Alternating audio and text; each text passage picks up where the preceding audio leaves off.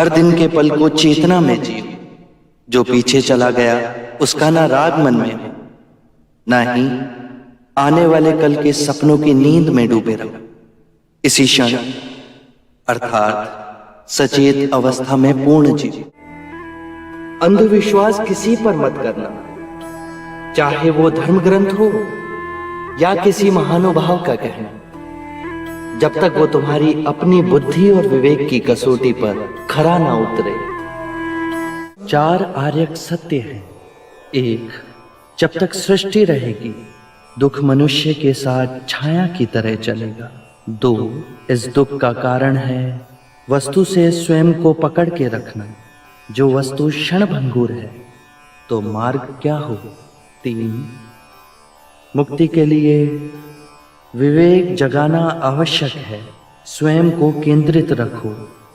जो आए, चाहे दुख की सूचना या आनंद की परछाई, उसके बीच स्वयं को स्थिर रखो।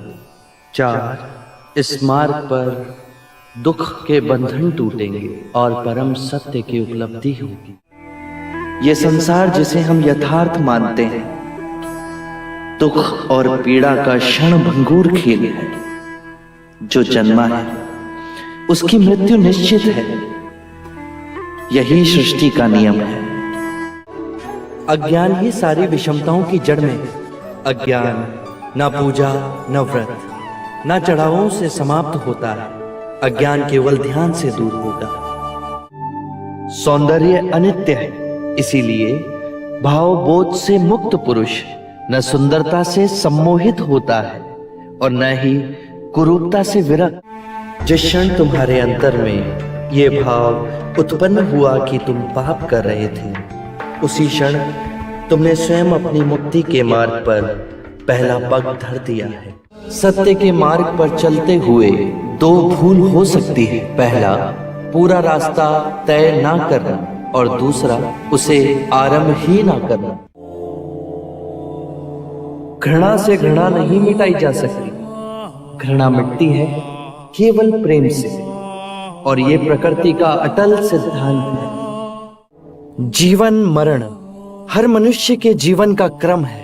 यदि हम चैतन्य हो इस पूरे विधान को समझें तो हर दिवस ऐसा जीवन जी सकते हैं जहां शांति, सद्बुद्धि, आनंद, संतोष का सर्वदा वास होगा। जोश से भयंकर कोई अग्नि नहीं, घृणा से भयंकर कोई जानवर नहीं, अविवेक से बढ़कर कोई जाल नहीं, लालच से बढ़कर कोई बाधा नहीं।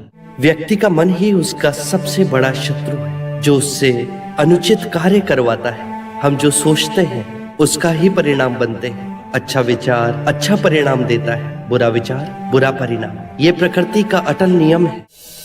करुणा से ही हम दूसरे जीव की पीड़ा समझ सकते हैं, उसका दुख दूर कर सकते हैं। हम कितनी भी पुण्य की बातें पढ़ लें, कह लें, जब तक वो आपके अपने कृत्य ना बन जाए तब तक कोई लाभ नहीं।